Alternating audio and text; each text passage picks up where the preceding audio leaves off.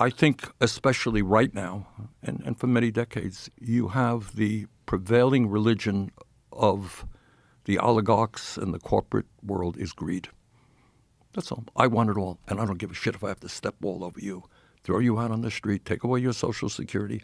I want it. And to hell with you.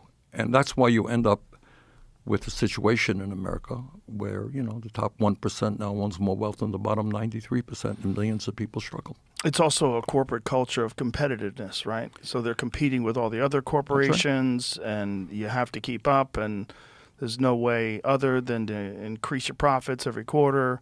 That's right. That's right. That is exactly. You do the right thing by your workers. All right. That's a perfect example. So, you got Wall Street. Here's a fact. When we talk about it's not only income and wealth inequality that bothers me, it's concentration of ownership. So right now in America, in virtually every sector of our economy, whether it's agriculture, transportation, financial services, whatever, you got a handful of giant multinationals controlling that sector. But here's another amazing fact. Who do you think owns these corporations? You remember there was a day where somebody actually owned General Motors or owned Ford. Mm-hmm. They're now owned by Wall Street firms. You got 3 Wall Street investment firms. Blackrock, you're familiar with Blackrock. They're Vanguard giant. And State Street. Exactly. Yeah. Check it out on Google. They are combined, the 3 of them combined, are the major stockholders of 95% of American corporations. How's that? That's not good. That's power. Right. How did that start, and what could have been done to stop that from happening?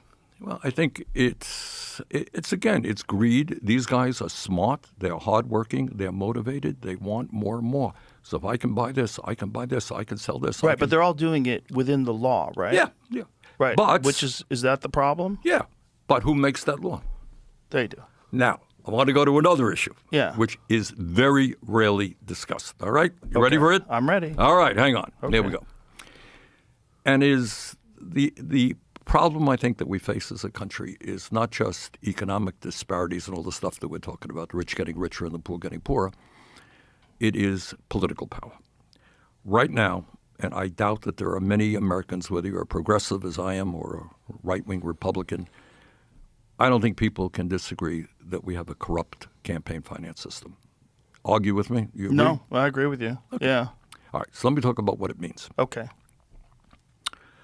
As a result of the Citizens United Supreme Court decision, I think it's 15, 16 years old, what it says is you're a billionaire. You have now the constitutional right, because your money is your freedom of expression, right? So you don't like Bernie Sanders, you can put millions or hundreds of millions of dollars into a campaign and express your view about how terrible Bernie Sanders is, right, and you can buy that election, right? That's your constitutional right. I think that's probably the worst decision that the Supreme Court has ever made. So what is the result of that decision? The result of that decision, let's take us to where we are today, is that Elon Musk, and I know Elon was on your show, and he's here in Austin, huh? Yeah. Okay. And we could talk about Elon, but he spent $270 million to elect Trump as president. Okay. I think that's absurd that any one person. What's the most someone donated towards the Harris campaign? They spent a lot of money on Harris as well. They spent $1.5 billion just combined over the course of a couple of months. You got it. All right, let me talk about it. So I'm not here just to say it's a Republican. That's my point here. Right. Okay. So Musk spends that money, and what's his reward? He becomes the most powerful person in government for 3 or 4 months. Okay, fine. But what you have right now, and I just saw this the other day, you are a Republican member of Congress, okay? And you say, there's a reconciliation bill, which we can talk about in a minute, that this is Trump's big, beautiful bill that's coming up literally on the floor of the Senate very shortly. So let's say you're a Republican representing a low-income district. And you say, I got a lot of people on Medicaid in my district, and kids can't get to college, and I worry about food programs. I don't think it's a good idea to give tax breaks to billionaires and cut back on Medicaid. You make that announcement today, what happens to you? It's over. You get attacked. You're finished. The swarm comes for you. You got it. Yeah. It's not a swarm. It's the problem is it's already been established, right? That these laws have been established. The power has been given to these people. The money has started flowing, and it's been flowing for a long time now. And this is the issue with starting something that you can't stop. Well, you can stop it. You can stop And it. you got to stop it. Okay, but if you do stop it, all these people are going to throw all their money at stopping you from stopping it, correct?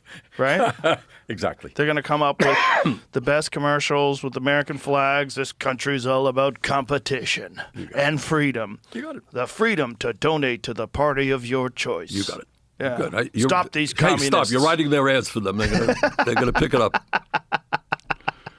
With the American, I could write them. Yeah, I mean, we really. could all write. But then we got to take a deep breath and figure out where do we go from there. Now, I wanted to, in my point, as you know, I am the longest serving independent in American history. Yes. I caucus with the Democrats, I always have, but you can't hear me defending the Democratic Party on this issue because you're right. During the election, it wasn't just Musk and Republicans putting a lot of money into Trump. It was Democratic billionaires putting a lot of money into Kamala and into other candidates as well. And I mentioned there's a guy named, I don't even know his first name, Mr. Massey. Is that name ring a bell? Thomas Massey. Thomas from Kentucky. Yeah. And this guy, as I am, is opposed to this war in Iran. Just yesterday, Trump gave a long post about how they're going to primary this guy. And what bothers me is you would hope that there would be respect enough for members of Congress that you can vote your own conscience. You could, represent your constituency. Every district is different in America. But right now, anybody stands up and say, well, I disagree with President Trump. Bam, you are finished. We're going to primary you. We got all kinds of money. You're out of there.